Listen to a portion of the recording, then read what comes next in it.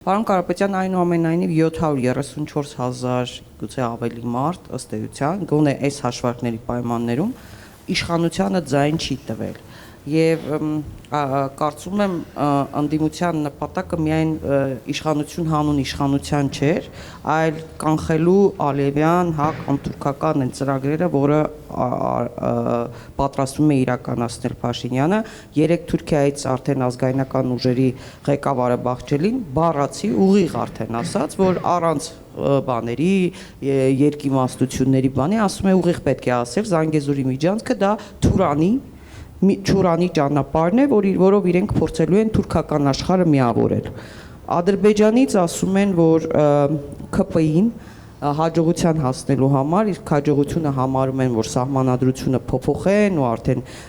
Զանգեզուրի միջանցք, մյուս պլանները իրագործեն, պետք է լինելու ընդդիմությունից գողանալ 7-8 ձայն, իրենք հաշվարկները անում են, որ իրենց 71 ձայնը լրիվ ՔՊ-ի ձայնը բավական է, որպեսզի անեն։ Հիմա ըստ էության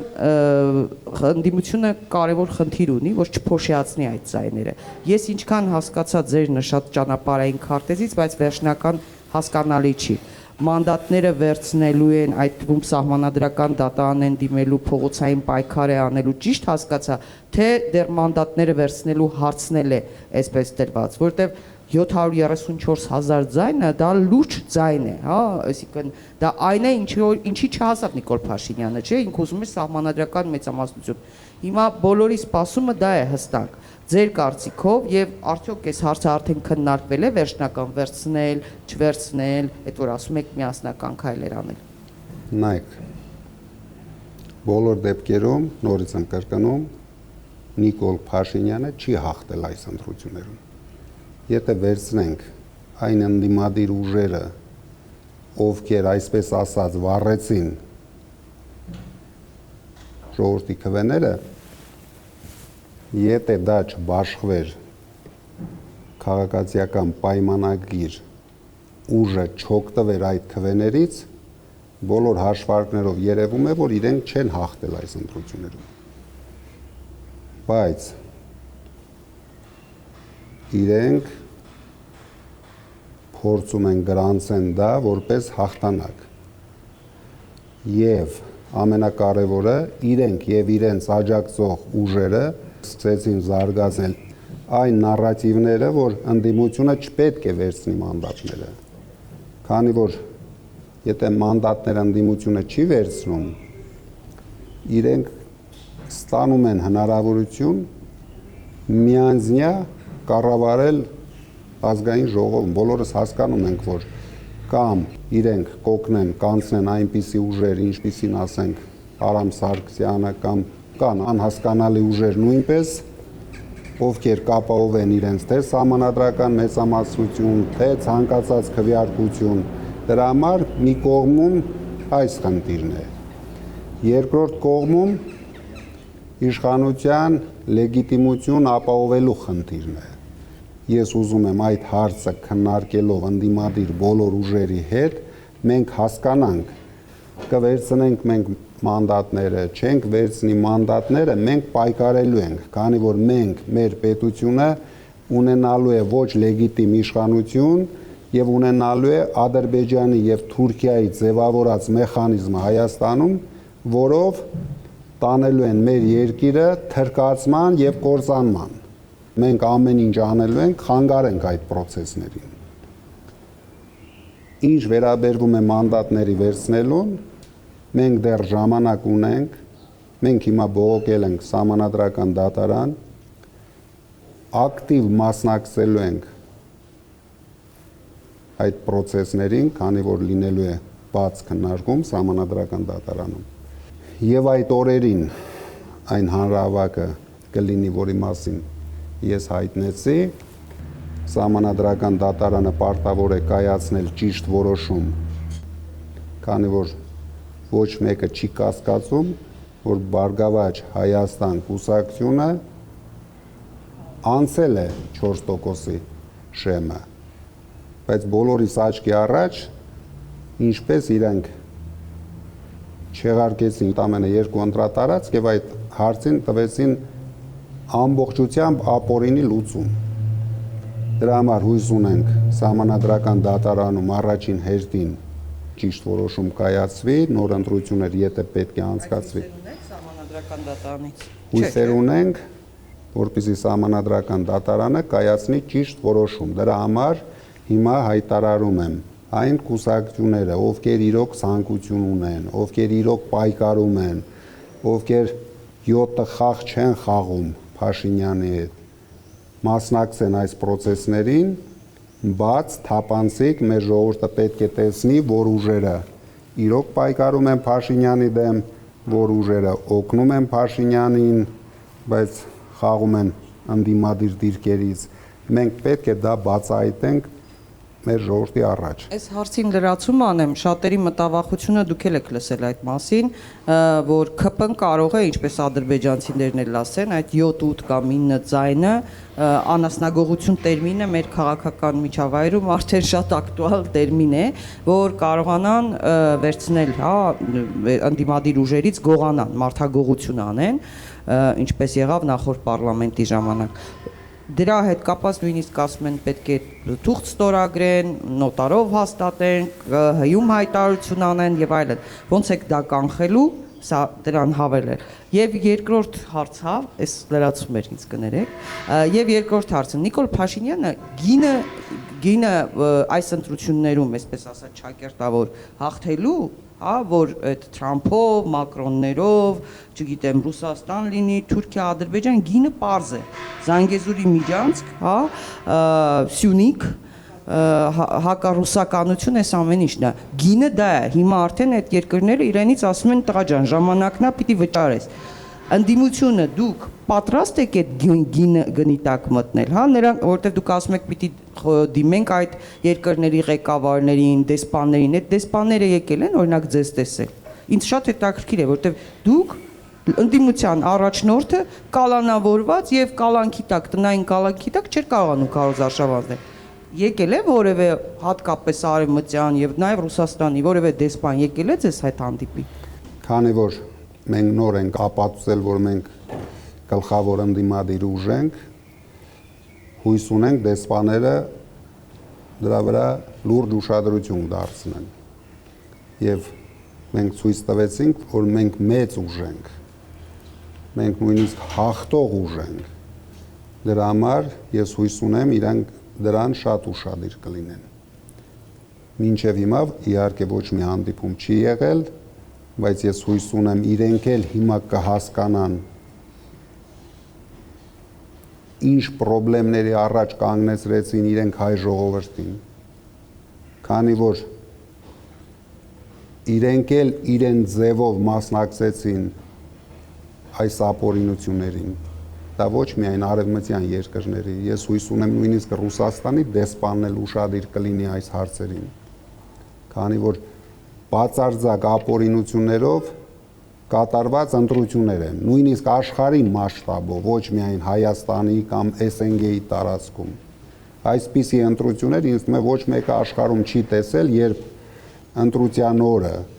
ընտրությունից 1 օր առաջ ձեռբակալվում են կոնկրետ մեր քաղաքական ուժի բոլոր գլխավոր գործող մարդիկ, բոլորը, շտաբերի պետերը եւ շրջաների համակարգողները, բոլորը 103 մարդ կալանավորված են մինչև հիմա։ Կալանավորված են ամուսիններ։ Դա նոնսենս է աշխարհի մասշտաբով։ Դրա համար դրան պետք է ուշադրություն դարձնեն բոլոր դեսպանները։ Իսկ ինչ վերաբերվում է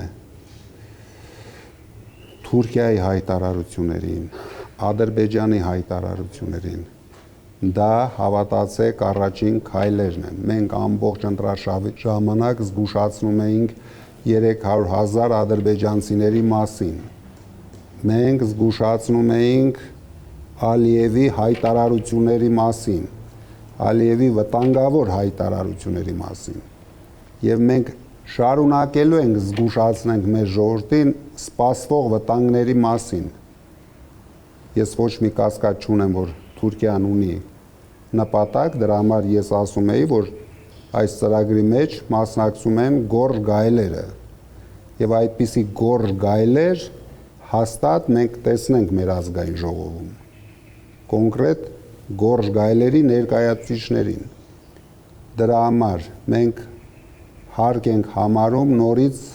զգուշացնենք, նորից պայքարենք, որովհետև մենք եթե չենք պայքարում,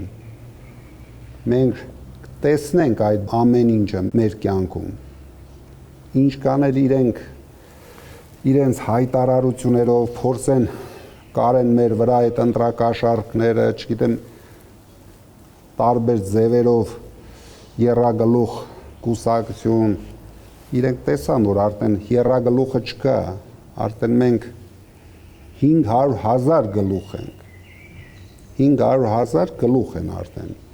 ավելի ճիշտ նույնիսկ 800,000 գլուխ են, եթե համարենք փոքր կուսակցությունների, չէ, փոքր կուսակցությունների հավաքած ձայներն էլ 6-700,000 գլուխ ենք, իրենք գործ պետք է ունենան ոչ թե 3 գլխի հետ, իրենք հիմա պետք է գործ ունենան արդեն 6-700,000 գլխի հետ եւ այդ գլուխները ամեն օր շատանալու են, քանի որ իրենք ամեն օր ձախողվելու են։ Դուք հիմա տեսնում եք առաջին քայլերը ամբողջությամբ ոչնչացնում են Հայաստանում գյուղատնտեսությունը, ամբողջությամբ։ Ինչ կանել ուզես փողերով խրախուսես մարդկանց խապես նորից, բայց դա շատ ժամանակավոր բան է, եթե բոլորս հասկանում ենք, եթե ձեռնարկությունը փակվեց, իրեն ռեստարտ լինելու համար ամիսներ ու տարիներ են հարկավոր, որովհետև դրան գործող մեխանիզմներ են, գործող աշխատողներով, գործող բանվորներով, իսկ հիմա դուք կարող եք որպես լրագրողներ ստուգել, արդեն հիմնականում գյուղատնտեսական հիմնարկները իրենց բանվորներին անվճար բաց են թողել։ Ինչ արագությամբ կարող են այդ ռեստարտը ապահովել, մենք չգիտենք։ Ես տեսնում եմ, որ լուրջ վնաս է հասցվելու Հայաստանի տնտեսությանը, առավել ևս գյուղատնտեսությանը։ Դրա համար մարդիկ պետք է դա հասկանան, մարդիկ պետք է մեզ լսեն, վստահեն, որ մենք ոչ մի շահ չունենք։ Մեր հետևում չկան պետություններ, դուք բոլորը տեսաք նախընտրական փուլում, ոչ մի պետություն չարեց հայտարարություն մեր օգտին։ Դրա համար մենք հենվելու ենք մեր ժողովրդի վրա, ավելացնելու ենք մեր ժողովրդի վստահությունը մեր նկատմամբ, դրա համար համախմբելու ենք ընդդիմությանը, համախմբված ընդդիմության վստահությունը ունենալու է նոր էֆեկտ, սիներգիչսկի էֆեկտ։ Մենք հենվելու ենք այդ էֆեկտի վրա եւ ամեն քայլ ճիշտ գնահատելով կանենք մեր հաջորդ քայլերը։ Ինչ վերաբերվում է մանդատներին վերցնելու, ես արդեն բացատրեցի, իհարկե Փաշինյանը եւ իր կողմնակիցները չեն ուզի մենք մանդատ վերցնենք։ Բայց մենք ուշադիր քննարկելու ենք, դրա համար ասում եմ, բաց քննարկումներ են լինելու, ուղիղ ետերում են լինելու այդ քննարկումները, որ մեր ժողովուրդը ճիշտ գնահատի բոլոր հարցերը, մանդատները ճիշտ է վերցնել, թե ճիշտ չի վերցնել։ Ընդդիմության մեջ դուք տեսնում եք շատ պատրաստված գրագետ մարդիկ կան, ավելի ճիշտ գնահատականներով, մեր ժողովուրդը դա նորից պետք է լսի։ Դրանից հետո մենք ունենք սահմանադրական դատարանի որոշումը, թեկուզ լավ կամ վատ, բայց դա լինելու է որոշում։ Մենք նույնպես ցույց կտանք ժողովրդին, որ այս մեխանիզմն է աշխատում։ Եթե վատ որոշում լինի, չկա սահմանադրական դատարան։ Երկրորդ թե մեկ օր առաջ մենք տեսանք, որ Հայաստանում գոյություն չունի կենտրոնական ընտրական հանձնաժողով։ 1 րոպեում ապօրինի որոշում կայացրեցին, մի ամբողջ կուսակցության հավաքած 60,000 ձայները դրեցին, ջրեցին։ Մենք հերթով պետք է ցույց տանք, բոլոր կառույցների ապօրինությունները եւ դրանից հետո նորից եմ ասում արդեն ամբողջական ընդդիմությունով որոշենք մեր հաջորդ ու գլխավոր քայլերը։ Անասնագողություն։ Ինչ վերաբերում է դրան։ Մենք ձևավորել ենք լավ թիմ, ես վստահ եմ ուժեղ թիմ, ես մեր մասով կարող եմ ասել։ Իհարկե իրենք փորձեր անելու են, մենք իլյուզիաներ չունենք, բայց վստահ եմ մեր մարդկանց ուժի վրա, դե իհարկե մենք էլ ենք փորձեր անելու։ Դա միակողմանի չի լինելու, քանի որ իրենք արդեն չունեն լեգիտիմ իշխանություն։ Մի բան է դու ունես լեգիտիմ իշխանություն, դու ուժեղ ես եւ ուժեղ կայուն իշխանությունով մարդիկ կձգտեն մաս կազմեն այդ իշխանության մեջ, բայց եթե դու ունես ոչ լեգիտիմ իշխանություն, մազից կախված իշխանություն, ես չեմ հավատում հայ երիտասարդի, հայ մարդու, որ ցանկություն կունենա մաս կազմի այդ իշխանության մեջ։ Մենք հակառակը հույս ունենք։